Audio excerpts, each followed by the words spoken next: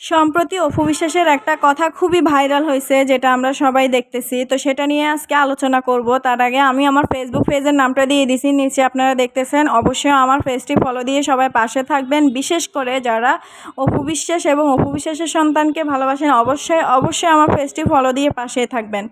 তো অপু বিশ্বাস একটা কথা বলেছিল 2017 সালে, উনি কিছুটা টাকার সমস্যায় পড়ছিলেন, ঠিক আছে। তো ও টাকার সমস্যায় পড়ার কারণে উনি ওনার কিছু গহনা বিক্রি করে দিছেন। উনি কিন্তু গহনা প্রেমী অনেক, যেখানে যায় ওইখানেই কিন্তু উনি গহনা একটু কেনার চেষ্টা করে। তো উনি ওনার অনেকগুলো গহনা তখন বিক্রি করে যে সমস্যায় পড়ছিলেন, ওই সমস্যাগুলো উনি সামাল দিছেন। তো 2017 সালটা আমি বলব যে অপু বিশ্বাসের জন্য খুবই মানে খারাপ একটা সময় গেছিল। হ্যাঁ, ঝড় তুফানের মধ্যে দিয়ে মানে খুবই একটা ভয়াবহ সময় অপু বিশ্বাসের জীবনে তখন গেছিল। যেহেতু শাকিব খান তখন ওনার কাছে ছিল না, ওনার থেকে অনেক দূরে ছিল। এবং কি জয় তখন পৃথিবীতে আসছিল, জয়ের মনে হয় কয় মাস তখন আমার আর ঠিক মনে নাই। তো এই সময়টা কিন্তু একজন স্বামী বা একজন বাবা কিন্তু পাশে থাকার কথা, টাকা পয়সা দিয়ে হোক, যেভাবে হোক হেল্প করার কথা, ঠিক আছে। কিন্তু শাকিব খান তো তখন মানে পরক্রিয়া প্রেমে আসক্ত, মানে পরনারীতে আসক্ত হয়ে প্রেমে হাবুডুবু খাচ্ছে। এখান দিয়ে অপু বিশ্বাস একাই তার সন্তানকে নিয়ে লড়াই করে যাচ্ছে, টাকা পয়সার সমস্যা নিজে সলভ করছে, গয়না বিক্রি করে হোক, যেভাবেই হোক উনি সমস্যাগুলো ফেস করছে, ঠিক আছে। তো আসলে আমি বলবো যে একজন স্বামী হচ্ছে আমি মেয়ে হয়ে যতই ইনকাম করি, যতই আমার ইনকাম সোর্স থাকুক, তারপরেও একজন স্বামীর দায়িত্ব কিন্তু যখন তার একটা সন্তান দুনিয়াতে আসে, পুরোপুরি স্বামীর উপরে তার দায়িত্বটা পড়ে যায়, ঠিক আছে। তো ওইখান থেকে শাকিব খান তো টোটালি কোনো তখন দায়ভার নেয় নাই, বরং ও জয়কে দুনিয়াতে অপু বিশ্বাস কেন নিয়ে আসছে এটা নিয়েও কিন্তু শাকিব খানের আপত্তি ছিল। কারণ না হয়তো উনি নিজেকে সিঙ্গেল দাবি করতে পারতো না। এই যে অপু বিশ্বাস আসি সব ফাঁস করে দিছে, ওনার ইমেজে লাগে গেছে। তো উনি নিজের জিনিসগুলো বিক্রি করে তখন সমস্যাটা সলভ করছে। এইটা এখন এই সাগি ভক্তগুলা এমনভাবে প্রোপাগান্ডা ছড়াচ্ছে, তিলকে তাল করে মানে করতেছে।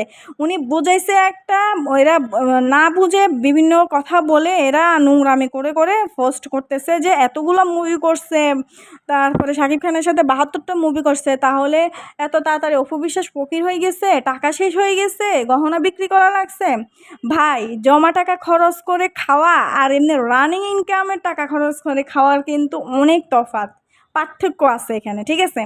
আমার একটা হচ্ছে রানিং ইনকাম আছে, আমি রানিং ইনকাম থেকে খরচ করে চলতেছি, সংসার চালাচ্ছি, বাচ্চা চালাচ্ছি, নিজে চলতেছি, ওইটা হচ্ছে নিষেধ, তখন আমার জমা টাকা ধরতে হইতেছে না, ঠিক আছে, জমাটা জমাই আছে। তো অপু বিশ্বাসেরও অবশ্যই জমা টাকা ছিল, এতগুলো মুভি করছে, এমন না যে ওনার টাকা ছিল না, উনার অবশ্যই টাকা ছিল। তো উনি চিন্তা করছে জমা টাকায় উনি কিন্তু ব্যবসা বাণিজ্যর, এই যে এখন বর্তমানে যে ব্যবসা বাণিজ্যগুলো দিছে উনি জমা টাকাটা দিয়েই কিন্তু দিছে। এমন না যে উনি পরক্রিয়া করে একদিন আসি ডায়পার আর দুধের জন্য কান্না করছে, কয়দিন পরে কোটি কোটি টাকার মালিক হয়ে গেছে পরক্রিয়া করে, ঠিক আছে, যেটা তোমাদের সাগি হয়েছে, সাগি করছে। তো অপু বিশ্বাস জমা টাকা দিয়ে আজকের এই বিজনেসগুলো করতেছে। তো তখন উনি বাধ্য হয়েছে ওনার জিনিসগুলো বিক্রি করতে। তো উনি হয়তো এটা চিন্তা করছে জিনিস বিক্রি করলে জিনিস চলে আসবে, কিন্তু জমা টাকাটা যদি একবার খরচ করে ফেলে ওইটা কি সহজে আর পূরণ হবে? সহজে পূরণ হবে না। তো তখন না উনি জিনিসগুলো বিক্রি করে পরিস্থিতি সামাল দিছে। তো তোমরা যারা হেটার্স আছো তারা আসলে অপু বিশ্বাস বুঝাইছে একটা, বুঝছো আর একটা, এবং তিলকে তাল বানায় এখন পোস্ট করতেছ। এগুলো ভাই কি করা খুব জরুরি? একটা মানুষ তার কষ্টটা শেয়ার করছে, তার অনুভূতিটা, তখনকার অনুভূতিটা সে এখন শেয়ার করছে, এত বছর পর আসে শেয়ার করছে, তারপরেও তোমরা এটা নিয়ে যেভাবে কথাবার্তা বলতেছ, এটা আসলে কাম্য নয়। তোমাদের পরকীয়া রানী যেভাবে মিডিয়াতে এসে কান্নাকাটি করছে বাচ্চার দুধ আর ডায়পারের জন্য, অপু বিশ্বাস কিন্তু এমনটাও করে নাই, এমনটাও করে নাই, কান্নাকাটি করে নাই। এবং শাকিব খান থেকে টাকাও চায় নাই যে সন্তানের দুধ কিনে দিতে হবে, ডায়পার কিনে দিতে হবে, খরচ দিতে হবে, এমনটাও বলে নাই। যে মানুষ এতগুলা টাকা, কাবিনের টাকা মাফ করে দিতে পারে, তার জন্য মানে সে শাকিব খানের কাছে বাচ্চার টাকার জন্য ছোট হইতে যাব নাকি? উনি ব্যাস ওনার নিজের সামর্থ্য থেকে নিজে যা পারছে, যতটুকু পারছে সন্তানের জন্য উনি ব্যয় করে গেছে, খরচ করে গেছে উনি, ঠিক আছে, খরচ করে গেছে। তারপরও সন্তানের বাবার কাছে আসি মিডিয়াতে কান্নাকাটি করে নাই দুধের টাকা, ডাইপারের টাকার জন্য, যেটা তোমাদের পরকীয়া রানী করছে।